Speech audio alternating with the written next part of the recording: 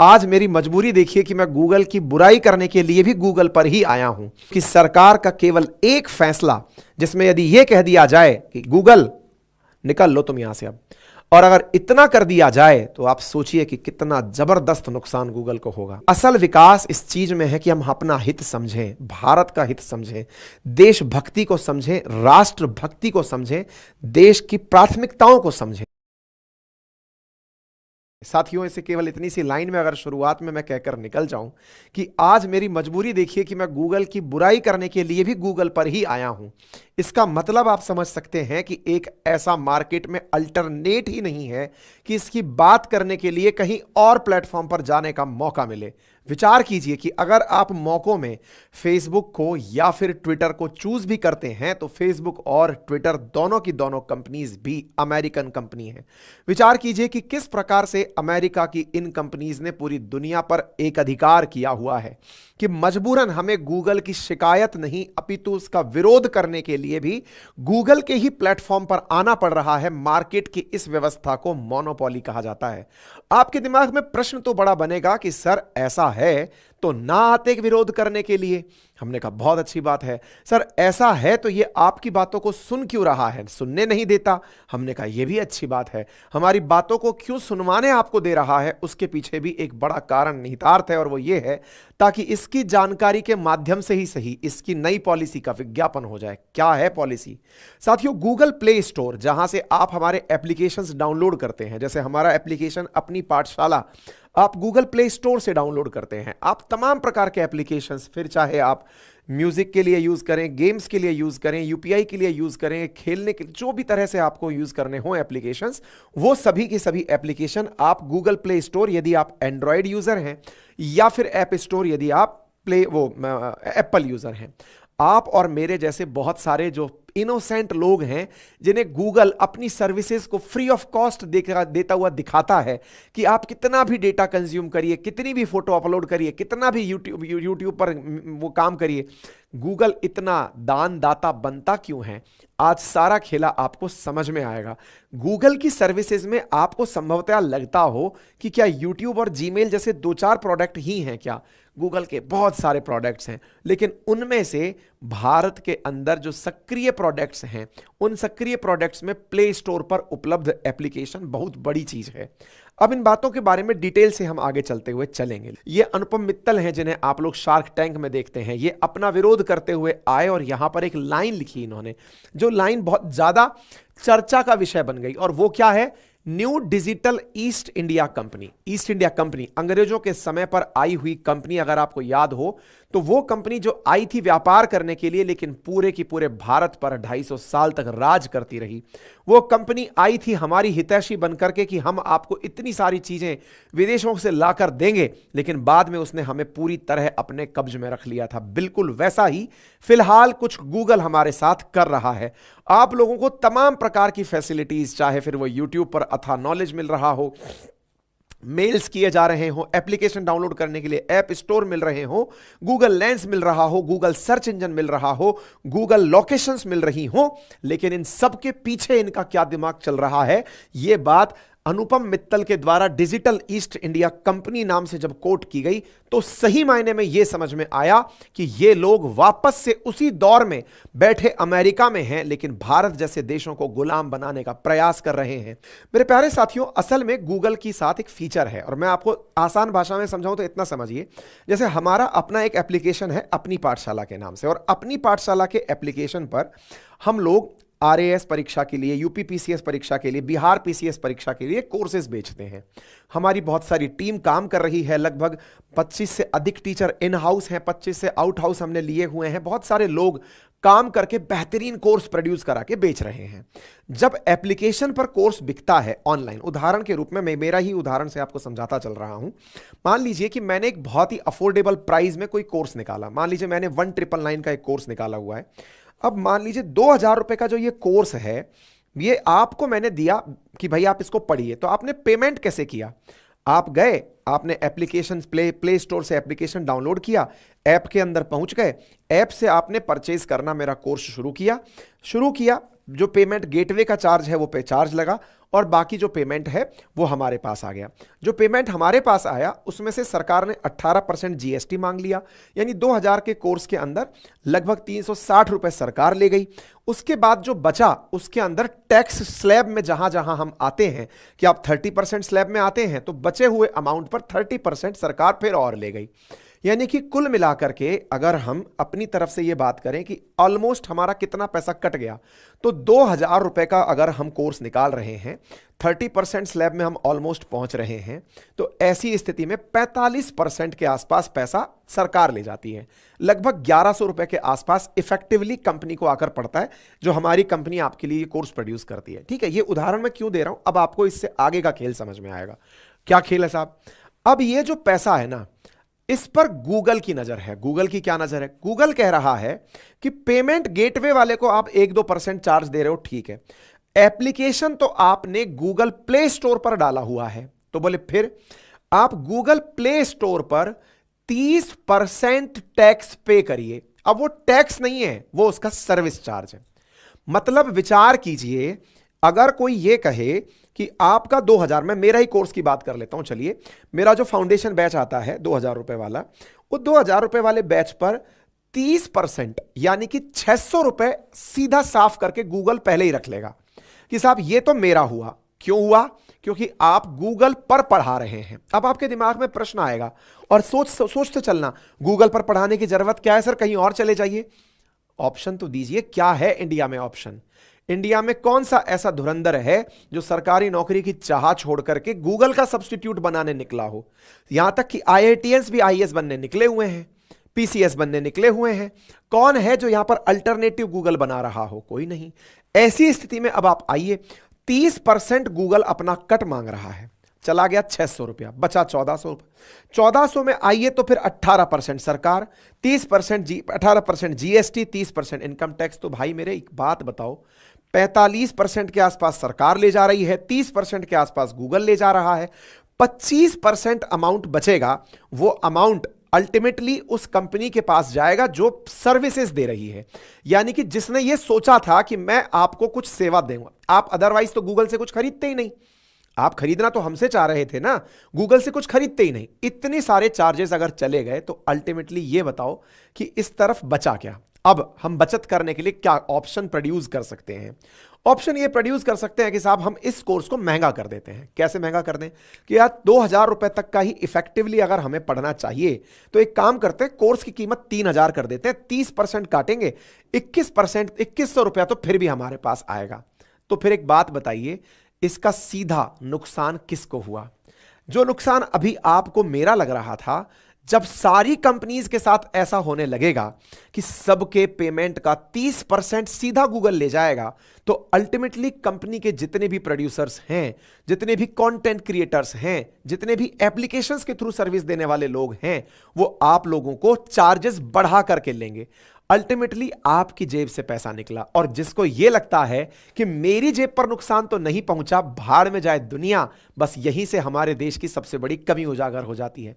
कोई आप ही की जेब से पैसे निकालने की तैयारी कर रहा है, वो 30% यहां से लेगा, कंपनी आपसे 30% बढ़ाकर लेगी, इनडायरेक्ट टैक्सेशन की तरह है। 30% बढ़ाकर लेगी तो प्राइजेस आपको आने वाले समय में कोर्सेज के महंगे। बोले सर हम तो किसी सस्ते वाले से ले लेंगे। भाई मेरे, अगर सस्ते वालों से ले लोगे तो वो तो बेच ही नहीं पाएंगे, क्योंकि इतना बचा ही नहीं पाएंगे, तो वो चैरिटी थोड़ी करने आएंगे। इससे अच्छा है वो मुफ्त में ही पढ़ा लें, या फिर उठा करके ऑफलाइन पढ़ा लें, जाके जाइए कि यहीं पर पढ़ा लेंगे, या फिर कोई सा भी काम कर लीजिए। गाना बजाने वाला फिर फ्री में बजा लेगा, बोले चलो हो जाएगा, ठीक है। तो आपको पहली बात तो ये समझ में आनी चाहिए, ठीक है। तो गूगल ने अपने इतने प्रकार की जो सर्विसेज हैं, इन पूरी सर्विसेज के अंदर क्या किया कि इसने गूगल प्ले स्टोर के ऊपर, कुछ इस प्रकार से दिखता है आपको गूगल प्ले, जहां से आप एप्लीकेशंस डाउनलोड करते हैं, उस पर इसने सारा की सारा खेला कर दिया। अच्छा, अब इंटरेस्टिंग बात सुनो, कहानी के अंदर आज जागृति आई है क्या हमको, जब इसने हमारे यहां पर 10 एप्लीकेशंस को बाहर निकाल दिया? नहीं साहब, जब इसने शुरुआत में यह कहा था कि मैं एक ऐसा इंटीग्रेटेड सिस्टम लेकर आ रहा हूं, जिस इंटीग्रेटेड सिस्टम में लोगों को पेमेंट इन ऐप परचेज पर देना पड़ेगा। आप में से कुछ लोग एक बड़ा सवाल कर सकते हैं, और सवाल यह है कि सर एक बात बताइए, अगर इन ऐप परचेज की बात हो रही है तो गूगल के द्वारा जो गूगल सर्विसेज हैं, उनसे जरूरी है क्या पेमेंट करना? गूगल ने बकायदा 2 साल पहले ही, 3 साल पहले ही जनता को यह बता दिया था कि एप्लीकेशन वालों, अगर तुम्हारे दम हो तो अपना प्ले स्टोर बना लो, नहीं बना पाओ तो फिलहाल के लिए मेरी बात मानो। क्या कि आने वाले टाइम पर मैं तुम्हारे एप्लीकेशंस पर लगने वाले चार्जेस, ऐसा नहीं होगा कि एप्लीकेशन पर कस्टमर को लाए, फोन करके कह रहे हैं पेमेंट यहां से मत दे, वहां से दे देना।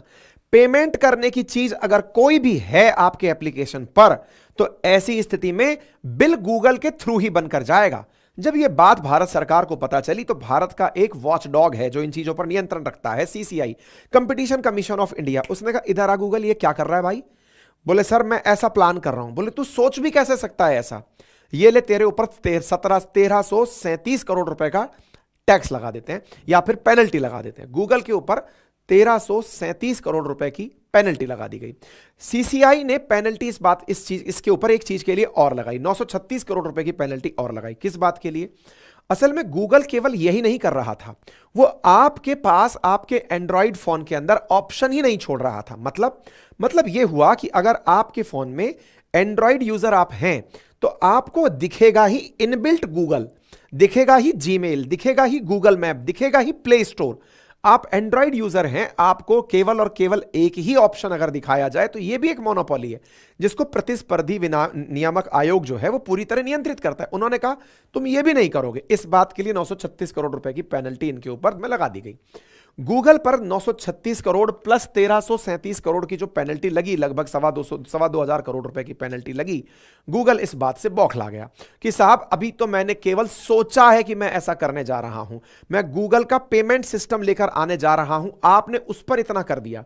तो सरकार ने कहा, यानी सीसीआई ने गूगल से कहा कि हम तुम्हारी चीजों की जांच 2 सालों से कर रहे हैं। तुम मोबाइल के अंदर डालते ही केवल गूगल सर्च इंजन हो, तुम मोबाइल के अंदर डालते ही केवल प्ले स्टोर हो, तुम मोबाइल के अंदर डालते ही केवल ऐप स्टोर हो, ये नहीं होने देंगे। तो बोले फिर साहब? तो बोले इसके चलते में तुमने मोनोपॉलिस्टिक तरीके से पूरी चीजों पर नियंत्रण किया हुआ है।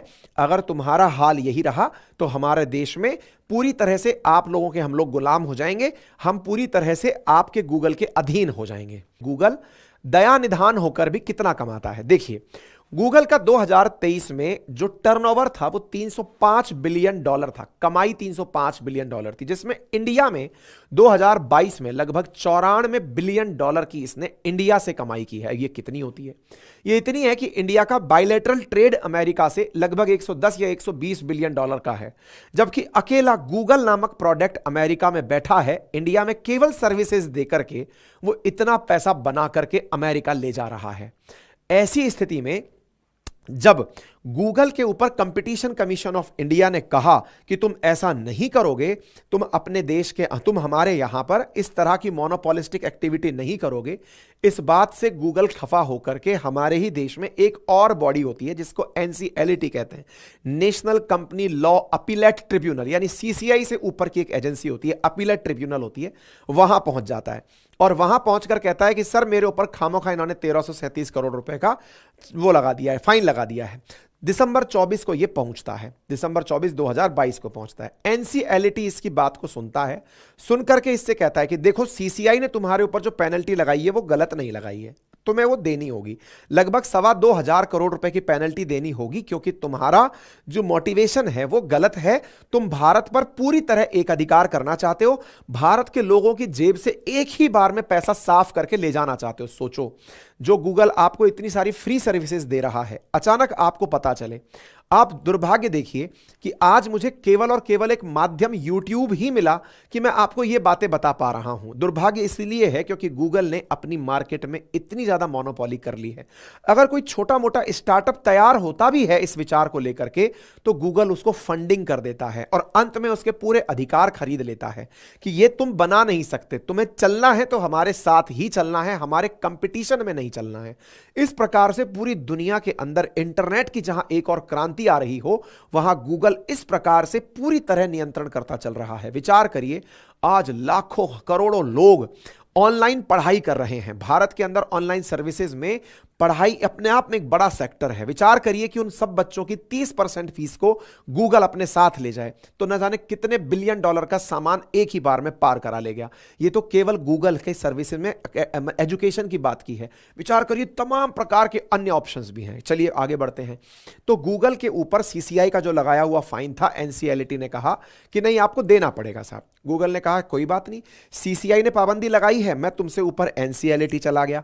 एनसीएलटी ने भी नहीं बात मानी, मैं सुप्रीम कोर्ट चला जाऊंगा। इस बीच में एनसीएलटी ने उससे कहा कि तुमने हमारे पास अपील की है, इसलिए फिलहाल के लिए तुम 10% अपने ऊपर लगी पेनल्टी का तो तुरंत पे करो, क्योंकि तुमने ऐसा विचार भी कैसे किया कि तुम लोगों को एक ही चीज उपलब्ध कराओगे मोबाइल में और फीस के अंदर 30% तुम ले लोगे। इस बात के ऊपर तुरंत गूगल भागा और भाग करके 10% भी ना देने के मूड में वर्ष 2023 की शुरुआत में सुप्रीम कोर्ट पहुंच गया कि सर बचाओ मुझसे ये लोग पेनल्टी मांग रहे हैं। तुम लोगों की जेब से पैसा मांग रहे हो और तुमसे पेनल्टी मांग रहे हैं, तो तुम उसको बचाने के लिए भी, यानी कि 2200 करोड़ रुपए में से 22 करोड़ भी बचाने के लिए तुम सुप्रीम कोर्ट चले गए कि सर मेरे से पैसा मांग रहे हैं, सर बचाइए मुझे। सुप्रीम कोर्ट ने कहा कि मैं तुम्हारे इस मामले को सुनूंगा, लेकिन इस बीच में मैं तुम्हें राहत नहीं दे सकता। जो सीसीआई मांग रहा है वो तुम्हें दे देना चाहिए। सीसीआई के लॉयर्स ने कहा कि सर ये हमसे 22 करोड़ भी बचाने के लिए चले आए, जबकि यूरोप में इनके ऊपर हजारों करोड़ की पेनल्टी लगती है, ये उसको बकायदा पे भी करते हैं। मतलब गूगल सर इंडिया को कुछ गांठता ही नहीं है, ये मानता है कि बस इंडिया के सुंदर पिचई को बिठाकर इंडियंस को खुश कर दिया है, बस पैसा इनसे जितना चाहो ऐंठ लो। गूगल की तरफ सुप्रीम कोर्ट ने साफ कहा कि देखिए बात ऐसी है, तुम्हारी इस जो प्ली है जिसमें तुमसे कहा जाए कि राहत दी जाए, इसको हम नहीं मान सकते। तुम्हें प्रॉपर तरीके से पेनल्टीज पे करनी होंगी। ऐसी स्थिति में तुम जाओ और पेनल्टी पे करो। लेकिन इस बीच में सीसीआई जाकर कैविएट लगा दिया। कैविएट का मतलब यह था कि सुप्रीम कोर्ट ने इनसे यह कहा कि देखो फाइनल वर्डिक्ट देने से पहले मैं सबकी बातें सुनूंगा, लेकिन सीसीआई ने कहा कि सर गूगल की बातें सुनो और उसकी बातों में ना आ जाओ, इससे पहले ही मैं आपको अनुरोध कर रहा हूं कि यदि आप उनके पक्ष में फैसला देने वाले हों या उनकी बात को सुनकर के फैसला देने वाले हों तो एक बार मेरी बात भी जरूर सुन लेना। कंपटीशन कमीशन ऑफ इंडिया ने जाकर अपनी बात करी। ये एक स्टेटरी बॉडी है, भारत सरकार द्वारा 2002 में निर्मित है। तो बोले एक बार आप मेरी बात भी सुन लेना। कोई बात नहीं साहब। तो भाई कैविएट लगाई गई। कैविएट का मतलब एक प्रकार की फाइलिंग लगा दी, पहले मुझे भी सुनना। आपके दिमाग में एक प्रश्न चल रहा होगा, एक तरफ तो आप बात कर रहे हो गूगल की दादागिरी की, यहां तो सीसीआई की दादागिरी देखने को मिल रही है। अरे सीसीआई ने दादागिरी तब दिखाना शुरू किया जब गूगल अनाउंस कर चुका था 3 साल पहले कि मैं तुम लोगों से 30% वसूलूंगा। तो सीसीआई इस बात के ऊपर पेनल्टी लगा के बैठा था भारत सरकार की तरफ से कि तुम सोच भी कैसे सकते हो। ऐसी स्थिति में जब सीसीआई और सुप्रीम कोर्ट के बीच में सारा मामला झूल रहा था, गूगल की गुस्ताखी देखिए। ये भाई साहब प्ले स्टोर में एंट्री करते हैं, भारत के 60 डेवलपर्स के पास मैसेज भेज देते हैं कि 15% इन ऐप पेमेंट आपको देना पड़ेगा। मतलब समझिए कि आपके यहां से जो भी परचेजेस हो रहे हैं उसका 15% आप हमें देंगे। अगर आपने 1 लाख रुपए फीस पाई है तो उसका 15,000 हमें दीजिए। सीधा सीधा उठा करके गूगल ने 60 ऐप डेवलपर्स के पास, जिस बीच में सुनवाई चल रही है, भाई जैसे ही ऐप डेवलपर्स के पास यह बात पहुंची, ऐप डेवलपर्स घबरा गए कि यह क्या हो गया। ऐसे ऐप डेवलपर्स के अंदर सबसे बड़ा नाम जिसको आप जानते होंगे, मेरी वजह से भी जानते होंगे, जिनमें नाम है अनअकैडमी का, कुकू एफएम का, ट्रूली मेडली का, क्वैक क्वैप का, ये सब लोग जिनके पास ये मैसेज पहुंचा लास्ट ईयर ही कि भाई 15% दे दो, बहुत विज्ञापन हो रहा है तुम लोगों का, बहुत पैसा कमा लिया ऑनलाइन, जितना कमाए 15% अब हमको दे दो, इसमें से अब जितना बेचोगे 15% हमको दे दो। ये स्टार्टअप्स थे सारे के सारे। ये तुरंत मद्रास हाईकोर्ट पहुंचे कि त्राहिमाम बचाओ भगवान। मद्रास हाईकोर्ट ने सीधा सा गूगल बिलिंग की पॉलिसी के ऊपर बात करने से इनकार कर दिया। बोले भाई देखो ये मामला ऑलरेडी सीसीआई के पास है, इस पर हम कुछ नहीं कर सकते। तो ये ऐप डेवलपर सुप्रीम कोर्ट पहुंचते हैं कि साहब मद्रास हाईकोर्ट ने रिलीफ देने से इनकार कर दिया है, सुप्रीम कोर्ट महोदय आप हमारी बातें सुनो।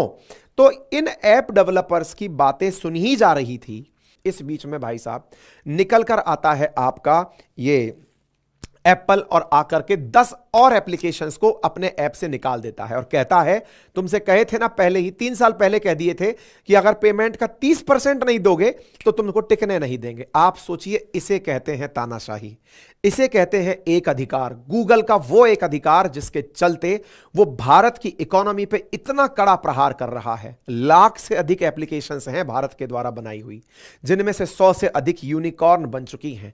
ऐसी स्थिति में विचार कीजिए कि भारत की इस इकोनॉमी का अगर 1/3 हिस्सा उठाकर गूगल एक बार में ले जाए, इससे बड़ा एक अधिकार क्या होगा, इससे बड़ी मोनोपोली क्या होगी। यह है असली तानाशाही जो दिखाई नहीं देती, जिसको आप केवल यह सोचकर समझ लेते हैं कि मुझ पर थोड़ी आई है, औरों पर आई है, लेकिन सही मायने में यह सब पर आई है। क्योंकि जैसे ही यह एग्जीक्यूट होगा, आप सबकी जेब से 30% निकलेगा। आप में से कहेंगे हम तो ऑनलाइन करते ही नहीं है। मेरे भाई, अगर आप मुझे सुन रहे हैं इस समय पर, तो आप ऑनलाइन हैं, बस यही पर्याप्त है। आपकी जेब कब कटेगी यह आपको नहीं पता है, ठीक है। आप में से कुछ लोग कहेंगे, सर ऐसा नहीं लग रहा है आजकल आप बहुत ज्यादा क्रांतिकारी हो रखे हैं। हमने कहा कैसे? सर ऐसा लग रहा है आप अमेरिका के खिलाफ खुलकर बोल रहे हैं, साथ में अब आप गूगल के खिलाफ पहले भी बोल चुके हैं। क्योंकि अमेरिका के खिलाफ जब आप बोलते हैं, यूट्यूब आपके वीडियो को दबा देता है, तो आप यूट्यूब के खिलाफ बोल रहे हैं। आपका खुद का एप्लीकेशन अपनी पाठशाला गूगल प्ले स्टोर पर है। सर ऐसा तो नहीं कल को आपका एप्लीकेशन भी डिलिस्ट कर देगा? होना है, आज नहीं तो कल वो होना है, क्योंकि इसके सामने हमने ऑप्शन ही क्रिएट नहीं किया हुआ है। हम सबकी मजबूरियों में से एक है ये, क्योंकि ऐप स्टोर पर एप्लीकेशन है तो उसका कोई ऑल्टरनेट नहीं है। ऑल्टरनेट के नाम पर फिर बनेगा ऑल्टरनेट, और वो क्या बनेगा? हम लोग आपसे ये कहेंगे कि भाई सुनो, गूगल से डायरेक्ट डाउनलोड कर लेना, ऐप स्टोर से मत लेना या प्ले स्टोर से मत लेना। लेकिन उसमें इतने ज्यादा हैकिंग जैसी दिक्कतें आ सकती हैं जिसके बारे में हम मेंटली प्रिपेयर नहीं है। ये कह ही रहा है कि मैंने सिक्योर्ड एनवायरनमेंट दिया हुआ है इसलिए पैसे लूंगा, मैं सिक्योरिटी देता हूं इसलिए पैसे लूंगा। सरकार निकल कर आती है और क्या कहती है, हम ऐसा होने नहीं देंगे। क्या नहीं होने देंगे? कि गूगल देवता आप बैठे होंगे अमेरिका में बैठकर, लेकिन आप हमारे एप्लीकेशंस को अनलिस्ट नहीं कर सकते, हटा नहीं सकते, वापस एप्लीकेशन लग जाने चाहिए। और हुआ, यह है असली लोकतंत्र की ताकत। और साथियों, लोकतंत्र में आपके हाथ में जो ताकत है, यही ताकत है एक बनकर रहने में, झगड़ने में नहीं है। आप जब एक बनकर रहे तो ताकत देखिए। सरकार मजबूती से बोलती है कि गूगल इंडिया स्टार्टअप रो के बीच में जो ऐप की डीलिस्टिंग हुई है, हम उसे अलाउ नहीं करेंगे। मिनिस्टर अश्विनी वैष्णव जी ने तुरंत बयान दिया, तत्काल प्रभाव से गूगल ने 10 की 10 एप्लीकेशंस को वापस ऐप स्टोर पर दिखा दिया। क्योंकि सरकार का केवल एक फैसला, जिसमें यदि यह कह दिया जाए कि गूगल निकल लो तुम यहां से अब, और अगर इतना कर दिया जाए तो आप सोचिए कि कितना जबरदस्त नुकसान गूगल को होगा। मेरे प्यारे साथियों, दुनिया के बाहर के लोगों को ना हमें अंदर तोड़ने का मौका मत दो।